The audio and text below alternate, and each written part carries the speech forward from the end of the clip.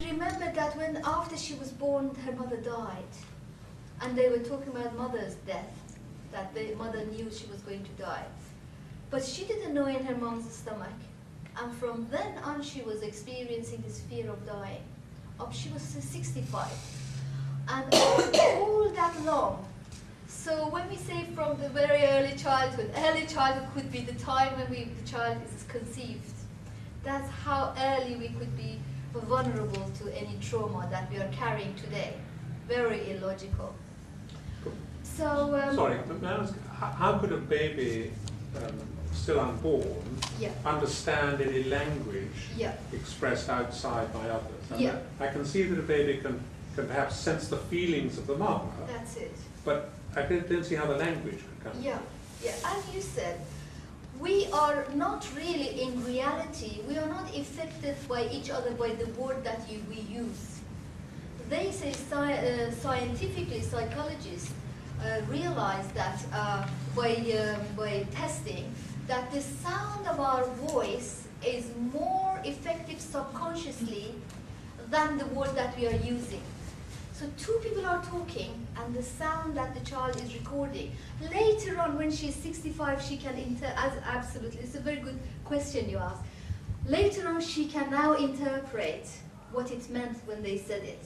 But at that moment, the child is just monitoring the sound of their voices. That's why the sound of our voice is very, very important for our children when we talk to them. Sorry. May I recommend everybody read a book called The Mozart Effect by Don Campbell, and you will understand what she's talking about. Excellent. I recommend all my pregnant moms read that book as part of their curriculum, because it explains that hearing is the first sensory organ that develops in an unborn child, because that's they remember everything. Absolutely. Fascinating. So,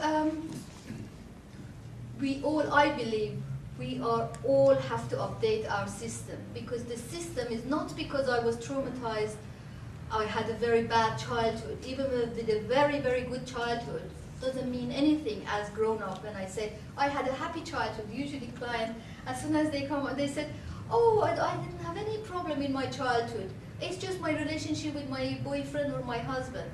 Of course, they don't know how these small things might have had a very profound effect. Especially school. First day of the school is the most traumatic things as well, which most of the time comes up in the regression. So what we do is, as I said, there are steps that a trauma form itself. One is when the trauma happened, we feel something, bad feeling, and then immediately we form a belief about ourselves and about our environment. So two things we do. Belief like the world is a very unsafe place. If I help anybody, they are always turned against me. These things that we say to ourselves, these are happening in that traumatic event of our childhood.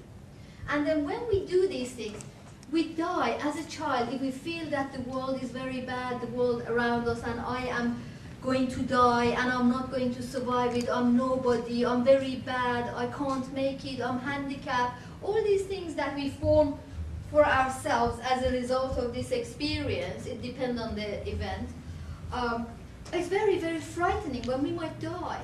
What do? We have to comfort ourselves. So we form a contract for ourselves. Another example is that this girl was seeing her parents were fighting with each other, and she was very scared. She was in the kitchen, she could hear over here parents were fighting, and there was some cake around, and so she was feeling so bad that she was just eating cake. So this is the beginning of a program. And that program is there. Anytime when she feels uncomfortable, unsafe, immediately she feels the craving for cake. So lots of people who have craving for sweets, food, is when first time, at that moment, they did something to comfort themselves. So it's very important when we do the regression, ask the client, now how do you comfort yourself? How do you distract yourself? Or lots of people who have been victim of rape, they are usually detach themselves, disassociate themselves. They say, I'm not here when it happens. Especially reputation of some people. I remember I had a client who was a 60-year-old lady, and she said she was raped by her father for 2 years when she was 2. So and she said that when it was happening, then I wasn't there. I just imagined to comfort herself. She disassociated herself from being there and experiencing that. That's another thing that we do. So there is always a way of surviving. So we create a program. Like, for example, lots and lots of famous people or celebrities, these are they are very, very shy people. But they have a program that for example, if somebody, I just pretend that nobody is here.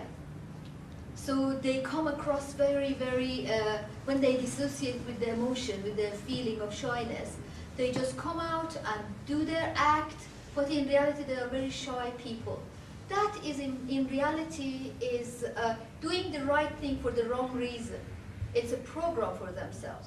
Maybe as a child somebody pushed them to come out and they were shy, so they disassociate themselves and they did the job of being very outgoing, extrovert, but in reality they are introvert and they are very shy. But that disassociation, they learn it, and that is their program, so they become very, very outgoing and extrovert. But always, when we are having program, is taking and ourselves is put aside, and that is where the creative part of us is there. That's why none of us, for sure, because the way we are made, that's why I say for sure that none of us is away or without trauma of our childhood. So that is the story of regression. So one thing I want to really emphasize is we shouldn't be carried away by the story that client brings. Especially say, I know when it happened, how it happened. My mom used to hit me, now I do this. It is not. And we shouldn't have any, especially psychologists, psychotherapists, oh, I know that is because you are like that. No. If you want to have a pure work, and it's fascinating, once I did this method of therapy, and it was so effective, I never looked back to do my psychotherapy. And who they are today. Like, for example, the things that affect marriage is to do with what child we are. Are we the first child, second child, or last child, or the only child? It has amazing similarity with each other.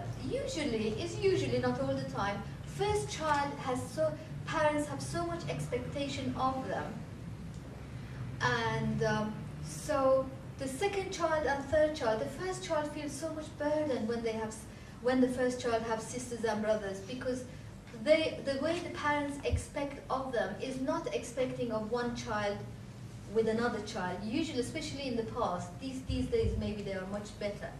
But in the past they said you have to look after your sister, you have to look after your brother and do this for them, and the child think the responsibility is like parenting responsibility. So when they experience parenting responsibility, they have to put sister's responsibility on hold and put parents' responsibility and treat the next child like being a parent. And this is one of the biggest